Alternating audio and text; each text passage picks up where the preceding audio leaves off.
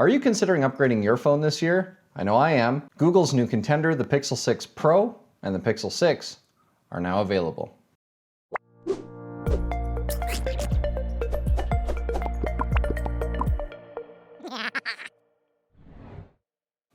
My first smartphone was the Galaxy S2 from Samsung, and I have to say they've come a long way since then.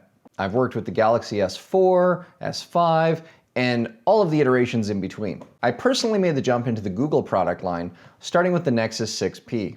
The Nexus 6P was a fairly large phone, more of a phablet than a phone really, and it had one of the largest screens ever to be produced on a pure Google phone. Now the Nexus 6P was actually designed by Google, but built by Motorola.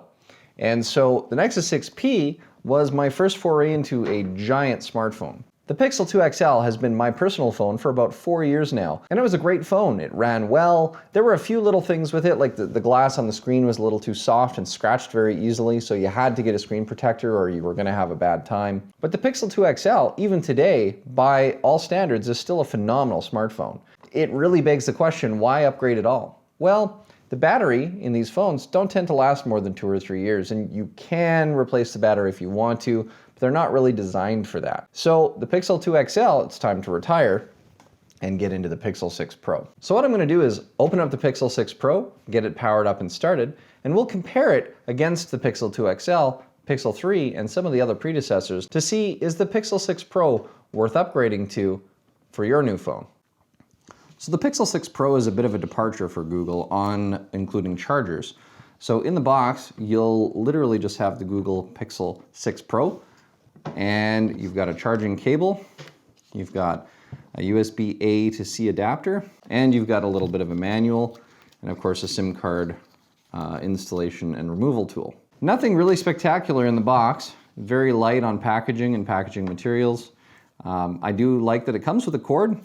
I actually don't like that it doesn't come with a charger, but I have so many chargers now that it just makes sense. So let's take a look at the Google 6 Pro. So it comes with a little film screen protector on there for shipping. So that is the Pixel 6 Pro. For comparison, here's the Pixel 2 XL, and for comparison, here's the Pixel 3. So ultimately, the Pixel 6 Pro is a little bit larger than its predecessors, the Pixel 3 and the Pixel 2 XL. Ultimately, the Nexus 6P is actually quite a bit larger. It's quite a bit wider than the current offerings. And I actually like the slimmer offering over the wider offering. Even though you do get more screen real estate on something like a Nexus 6P, the phone was actually a little bit awkward to hold. So holding the phone, using the phone, it was really like a stretch for your thumb to get to some of the other areas on the screen. And that's for someone like me who has relatively large hands in comparison to the phones. So when I look at the Pixel 2 XL and I compare it against the Pixel 6 Pro, there's far more usable screen space on the Pixel 6 Pro. The Pixel 6 Pro has the familiar power button and volume up and down buttons in pretty much the same location as prior generations. The backing of the Pixel 6 Pro, instead of being more of a matte finish like the Pixel 2 XL, is more of a shiny gloss finish. These are quite sensitive to breakage if you drop them. So we will be using the Pixel 6 Pro official case to keep that safe. So on the back of the Pixel 6 Pro, you've got multiple cameras, and they've made quite a generational improvement in the cameras for this phone. The Google 6 Pro being hailed as having some of the best cameras of any current modern smartphone. So we'll power these up and see how they actually compare phone to phone. And let's be honest, phones are getting so powerful nowadays that there's not a lot of reason for the average person to have the latest and greatest phone all the time. But if you are going to get a phone, the Pixel 6 Pro is going to be a good choice. All right, so we'll power up the Pixel 6 Pro and the Pixel 2 XL. Now the Pixel 6 Pro is currently running Android 12. So I'll go ahead and get the phone set up off screen and get my SIM card transitioned over. And then I'm going to try it out for a couple of days. Putting in the new SIM card is pretty easy. You just use the SIM removal tool, poke it in a little side hole, remove the SIM tray, and once you've got that out, you just have to install the new SIM and you're pretty much ready to go. It takes a little bit of time to get the phone ready. I found it took several minutes for the phone to kind of boot up and get things moving. Copying over your data is really easy. You just have to connect the USB cable to your old phone and your new phone. It'll prompt you for what you want to carry over. You can very easily copy over your apps, your programs, your photos, and then you're not really at risk of losing anything that you may have left on your old phone. The fingerprint reader for the Google 6 Pro is now underneath the screen, so instead of having it behind your phone, you'll have to use it from the front. And this is especially important if you're going to be using a screen protector, because you want to make sure you get a screen protector that won't hinder reading your fingerprint from underneath the screen. Certain tempered glass and certain films will make the fingerprint reader not work nearly as well or not work at all. For the screen protector, I decided on this screen protector from LK, which was available from Amazon. And I'm pretty happy with how it turned out. Installation steps are pretty straightforward. You wipe it down with an alcohol swab. You then dry it with the provided microfiber cloth. There's a small alignment adapter that's pretty easy to install in the USB-C plug that allows you to actually align the screen protector quite nicely for ease of installation. Following the instructions, there's a couple of tabs that you need to peel off, and you peel off the center tab first, align it with the alignment tool, and then you basically are doing kind of a three-step process where you'll be applying each side individually using the little spreader that they have. Now everything that you need comes with this kit. So the spreader's included, the cleaner's included, the microfiber towel's included, everything that you need is included to install. And the kit comes with two, so if you don't get it right the first time, you can try it again. Or if you do decide that the one that you have is getting old, you can replace it. So you essentially just peel back the tabs in the order that they specify, and you'll see it kind of separates from the film. And then it's really easy to just use the spreader to kind of smooth it out and apply it in a nice even fashion all the way across. And this will prevent air bubbles from forming. Make sure that you get a good spread when using the spreader tool just to ensure that all those air bubbles are gone. And then you essentially just repeat it on the other side. All right, so you'll see the same thing on the other side. You just kind of peel it back until it separates from the film. I use just a little bit of canned air just to kind of clean it off to ensure no dust gets between the film and the screen. And then you just, again, kind of spread it out. It spreads really easily. This is probably the easiest film that I've ever applied on a phone. I've always used screen protectors on all of my phones, and this one was pretty much a breeze to install. There's a lot of instructions, but if you follow the instructions, it's really, really easy to install it. No fuss, no muss. And with the alignment tool, it makes it really easy to get it right the first time. The last step is to smooth the edges out with your fingers.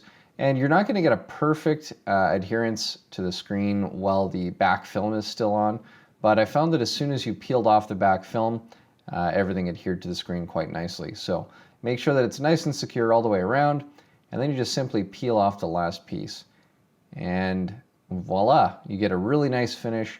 You can work out a couple of little bubbles. I had a couple small, really tiny bubbles around the edges, a couple in the middle, and I just kind of worked them out.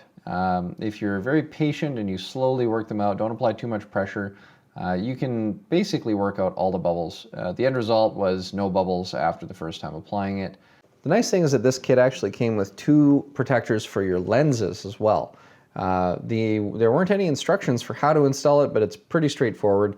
The little teardrop in the hole just kind of goes over the flash, and you'll see there's a little lens or a sensor that needs to be uncovered. So the back panel just protects the lenses, and again, the kit comes with two of these, so if you break one or wreck one, you can simply just install the second one.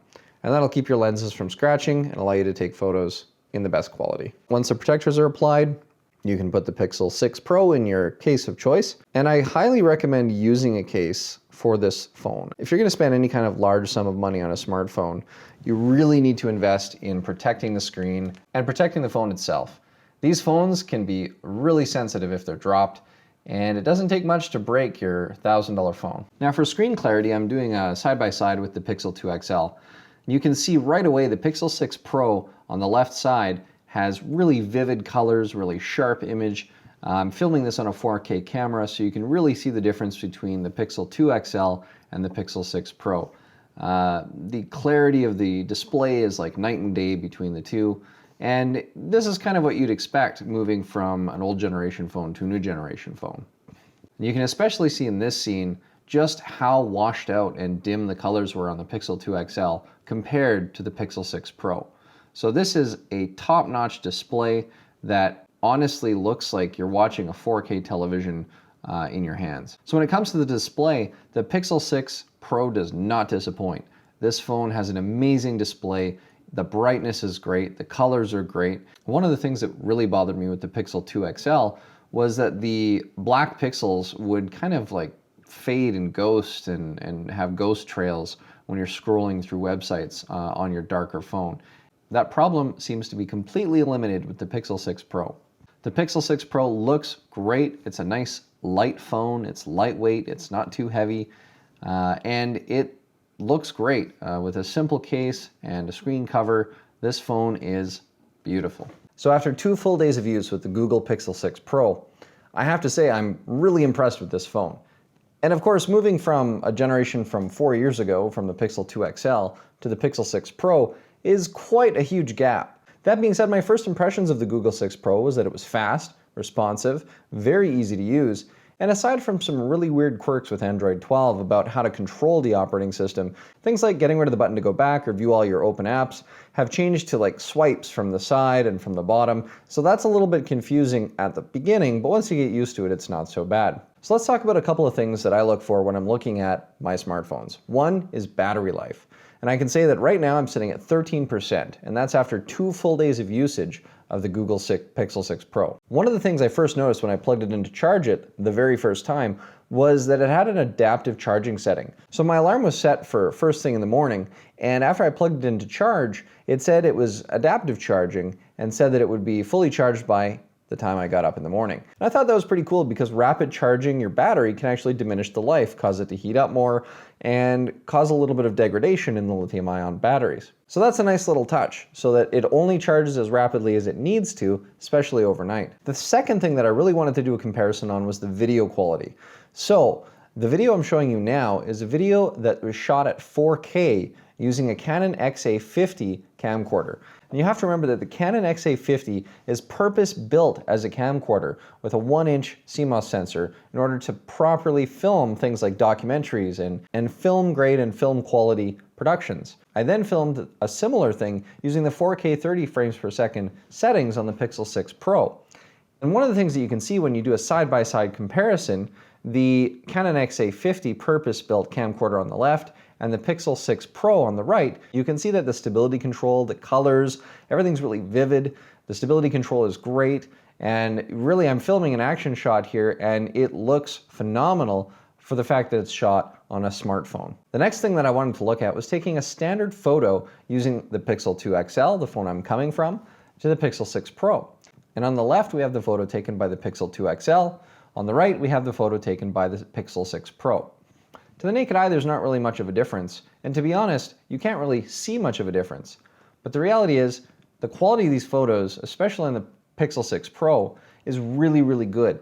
And let's face it, things are getting to the point now where the photo quality is about as good as it's going to get, short of having larger sensors and more pixels to work with. So as far as taking photos on the go with your smartphone, the Pixel 6 Pro is about as good as it gets. A lot of people that have done direct comparisons to the new iPhones actually prefer the Google Pixel 6 Pro camera. The only camera that seems to really rank higher as far as smartphones go is the Samsung Galaxy S21 with its 108 megapixel camera. I put the phone through fairly heavy usage over the last 2 days, and the battery's lasted almost a full 2 days at this point. I think most power users are going to want to charge it at least daily still, which is pretty on par with most smartphones. And even though it's got just over 5,000 milliamp hour battery, the phone does seem to be pretty power hungry. And I think it really depends if you're watching YouTube or TikTok or doing any productivity tasks on your phone, playing games, that's really going to diminish your battery life overall. So what's my verdict? The Google Pixel 6 Pro is a phenomenal smartphone, and rightfully so. It's Google's flagship phone, after all. Personally, if I have to do a direct comparison to the Pixel 2 XL that I'm coming from, there's not a lot of differences. The phone feels about the same. It may be a little bit lighter, but ultimately it's just the same experience. The only thing that I really prefer about the Pixel phones is the pure Google experience. I've never been a fan of what Samsung does with bloatware and their own kind of interface that they add to Android. I like the pure Google phones. The reason being is that I get immediate updates from Google, immediate security updates from Google, and I get to try the new OSs for about 3 years before Google sets the phone hardware as end of life for support. And for most smartphones, 3 years is enough. And again, I got almost 4 years out of my previous Pixel 2 XL. So the Pixel 6 Pro gets my recommendation as the Android phone that you should be buying if you're looking at getting one. Yeah, it's a little more expensive, but this phone shoots professional grade 4K 30 FPS video with great stability. It takes amazing photos. The battery life is fantastic. And to be honest, as far as smartphones go, I don't think it gets much better than the Google 6 Pro. So the Google 6 Pro gets my recommendation, and I'm looking forward to using it for the next couple of years. Well, that's the end of today's video. Thanks for watching, and we'll catch you in the next one.